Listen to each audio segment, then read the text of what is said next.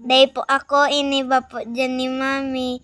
Day ko po aram na nagdyan po si Mami.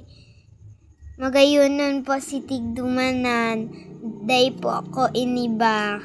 Magayunon po. Dyan po dama Esther si Lucky. Bago po dang ugon. Ini po ay bye-bye. Ini po bahay kubo. Ini po baka. Karning baboy. Pagal-pagal po da dyan si Mami. Sobrang kapagalan. Haluyon po ako hinatod. Ang ininot mo na si Oreg. Bago ako sundoon. Naglalakaw-lakaw lang po dyan si Mami. Day ko po ngani kung anong ginigibo. Nagtatabang uda eh. Tigpapahiling po ang ano. Day ko po aram kung dagat po yan. Dyan po ito po ang bahay ni Lucky po. Para po silang bahay kubo. Kasi po made of kahoy po sila. At maganda po.